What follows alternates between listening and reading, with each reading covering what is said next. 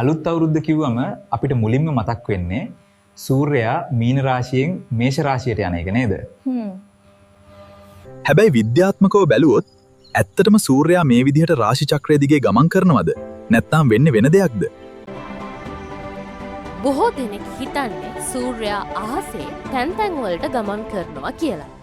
හැබැයි ඒක ඇත්තටම අපිට පෙනෙන විදිහක් විතරයි. සත්‍ය නම් පෘථිවිය තමයි සූර්යයා වටා ගමන් කරන්නේ. සූර්යයත් අභ්‍යවකාශයේ ගමන් කරනවා. නමුත් සෞරග්‍රහ මණ්ඩලය තුල ඒ මධ්‍යස්ථානය වගේ ක්‍රියා කරනවා. ඔයා කෝච්චි එක යද්දී පිටත තියෙන ගස් පස්සට යනවා වගේ පෙනෙනව නේද? ඒ වගේම තමයි අපි පෘථිවියේ ඉඳන් බලද්දී සූර්යයා පිටිපසින් තියෙන තරු සමූහය වෙනස් වෙනවා. අප්‍රේල් වෙද්දී අපිට පෙනෙන්නේ සූර්යයා පිටුපසින් තියෙන්නේ මීන තරු සමූහයයි. පෘථිවිය තවත් ඉදිරියට යද්දී ඒක මේෂ තරු සමූහය වෙත මාරු වෙනවා වගේ පෙනෙනවා. අන්න ඒ මොහොත තමයි අපි අවුරුදු උදාව කියලා සමරන්නේ.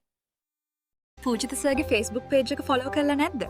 Science with පුජිත සම්පත්. රසවත් විදිහට විද්‍යාව ඉගෙන ගන්න දැම්ම follow කරන්න.